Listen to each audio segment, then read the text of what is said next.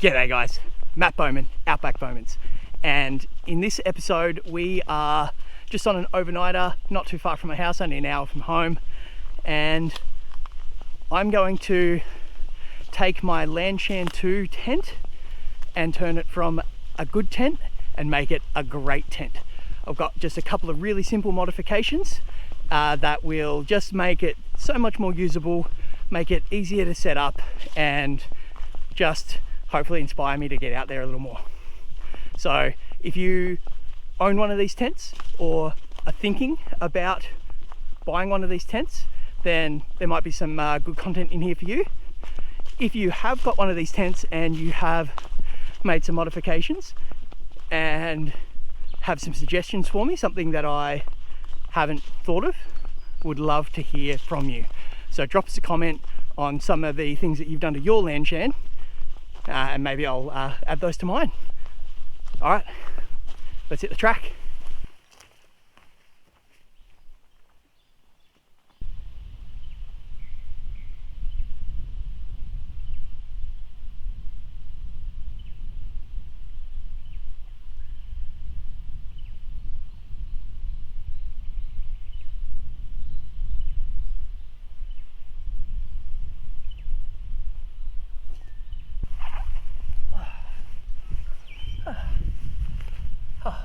That was a pleasant walk in. It's only about 6k, 6.5 k's from the car park here. It's a beautiful sort of open grassy campsite. It's a Thursday, I'm the only one here, and I've just thrown the tent up, and it really doesn't take long. As I said, like, a lot I really like about this tent. There's just a couple of things that I find a little bit finicky, and I'll kind of go through them one by one and how I'm going to fix them.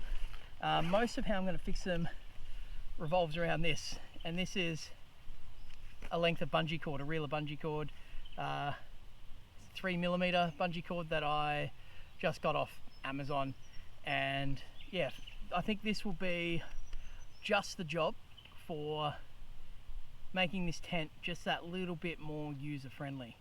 So yeah, I'll take you around the tent and show you the things that I like the least about it, and how this will hopefully fix it. Okay, if you look here, the bathtub floor connects via this piece of cord to the tie down for the fly. The issue is, if you pull this out tight, then this doesn't reach, and I don't know, like, I'm sure there's a technique to it, but I find myself having to constantly readjust where this peg is, and if it's really windy or the ground's rocky and hard to get stuff into, that can be a bit of a pain.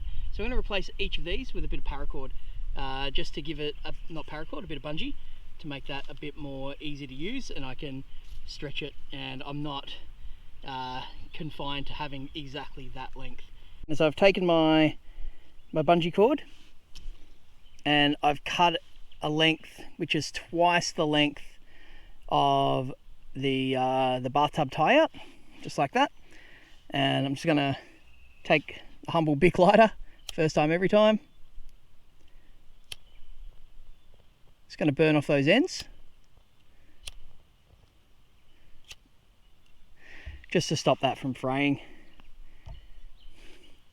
So then what I'll do is I will replace the bathtub tie-ups with the cord, and that'll give me more give, more stretch, and also it might actually add to the longevity of the tent, because I'm going to be pulling less on the fabric when I've got it tight. So yeah, we'll give that a go.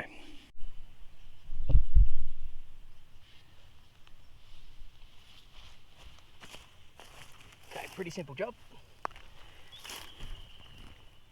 Probably fiddliest bit is undoing this knot.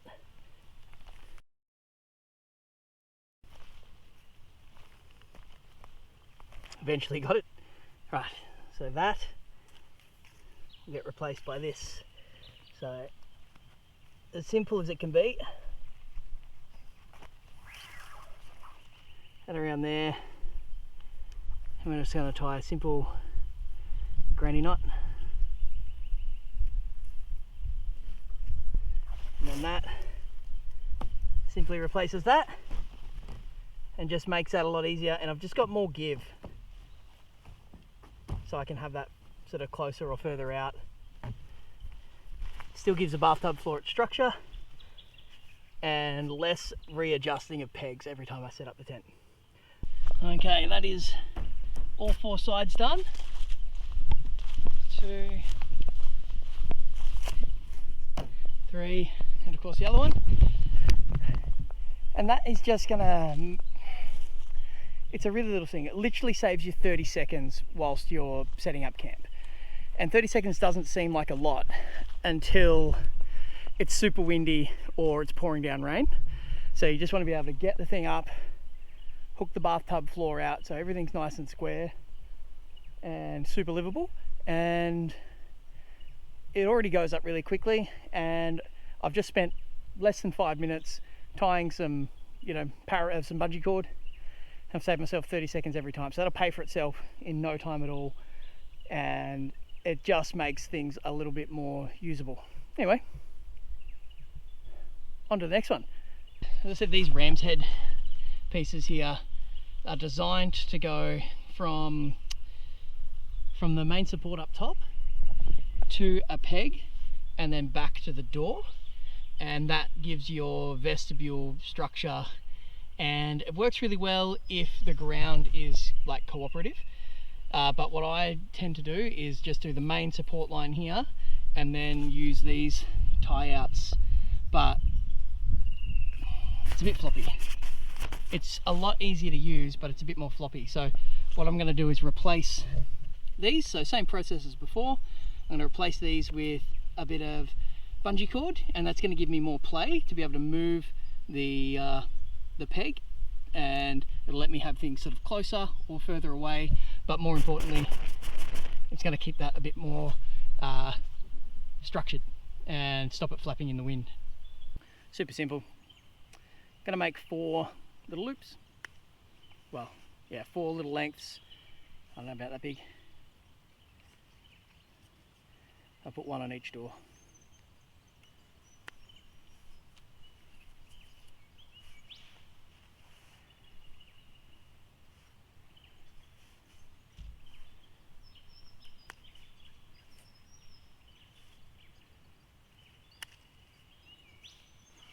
And once we've got our 4,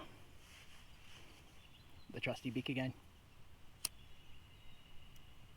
You don't have to come all the way out in the bush to do this. You could do this at home, but I do recommend doing this outside.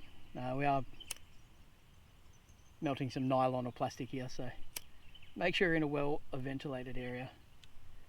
This is a lot sturdier, a lot less flappy, and it's again going to give me more agency to be able to move this peg based on the ground conditions. Here it's pretty good, it's pretty soft, but if the ground's hard or rocky, sometimes you can't get the peg into the perfect spot, and then just having that bit of spring in the bungee cord gives you that couple of inches play to be able to get around that rock. All right, look at that. You bounce a coin off that, perfect.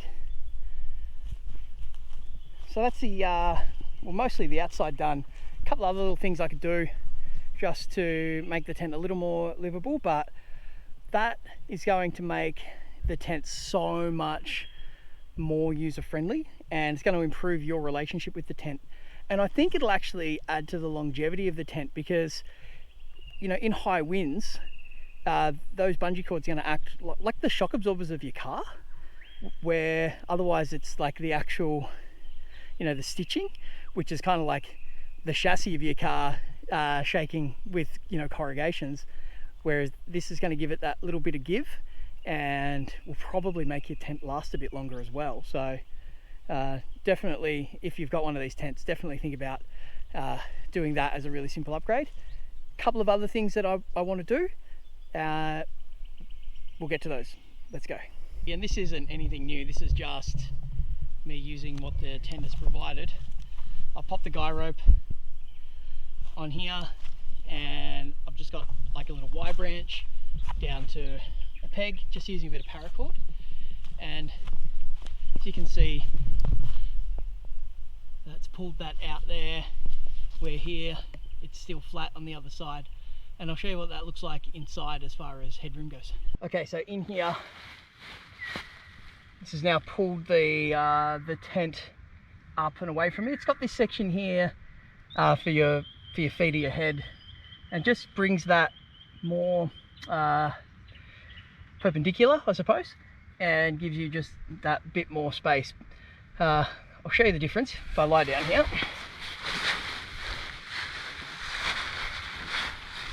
So I can put my head almost all the way to the end here, and I've got a heap of space. Whereas if I spin around to the other side, it's a lot closer to my face, and it's a lot there's a lot more flapping as well, so that just gives it a bit more structure in the tent. And because it's gone straight up, it probably means that I'm putting less breath condensation on the inside of the tent on those sort of chilly mornings. It's going to make a big difference. So use a tie-up point, just find yourself a little Y stick like that, and you're golden. I'll do that on the other side, and then just one more job. Well, there you go. That's a pretty sweet setup. It is more stable, it is more easy to set up, it has more headroom, and arguably the tent's now going to last longer. So I reckon we're onto a good thing here. And honestly, even with filming, this has taken me 10 minutes. So this is definitely something you can do if you have a Lanshan. All right, lucky last here. On the inside of the tent, we've got these hooks with little eyelets, and the hooks are great for, you know, hanging a lantern or, you know, head torch or something off. But the little eyelets, perfect to run a really simple little ridgeline to yeah, just give us a little bit of a clothesline, just to hang up our socks or whatever at the end of the day's hiking. So set that up now, super simple. Now I'm not gonna just tie a, you know, point to point here. I'm gonna do like a Canadian jam knot, I think they call it. Let's have a bit of play here, trim off the end when I'm done, because I want to be able to sort of adjust it. I don't want to have the line either too slack, or I don't want to have it stopping the tent from being able to spread all the way from the tie-outs when I set it up. So to do a Canadian jam knot, it's super simple. There's so many things on YouTube, but basically you make yourself a loop, and you do, I'll bring you a bit closer. There we go. You make yourself a loop, be as big as or small as you like, and you do 2 wraps on the inside, bring it out and do 1 on the outside, and that creates a bit of like a slip knot that's adjustable, so you can slide, once you've got that tied down, you can slide that along and tighten it up as you need. And then to loosen it, it's just like a pressing knot, so it just gives you that play. Alright guys, that wraps up our upgrades for now to our Lanshan 2. Really simple, less than half an hour from go to woe. So definitely, if you have one of these tents or you're thinking about buying one, definitely consider making these changes. I guarantee you it will make the tent more usable. It'll improve your relationship with the tent. So yeah, for me now, I'm going to enjoy these beautiful surrounds. I'm going to collect some firewood for tonight. I've got a book to read, and yeah, I'm just going to enjoy a night in my freshly upgraded tent. Thanks for watching. I hope you found this useful. Again, if you've got any suggestions, anything that you've done to your Lanshan or any other tent that's applicable to this, I would love to hear from it. I'm always looking for those little 1%ers that make life more comfortable and more usable when I'm out in the bush. So yeah, like and subscribe. The Outback Moments, we're making a real effort to get more content out there. Really do appreciate everyone who watches, and we'll see you next time on the channel. Thanks all.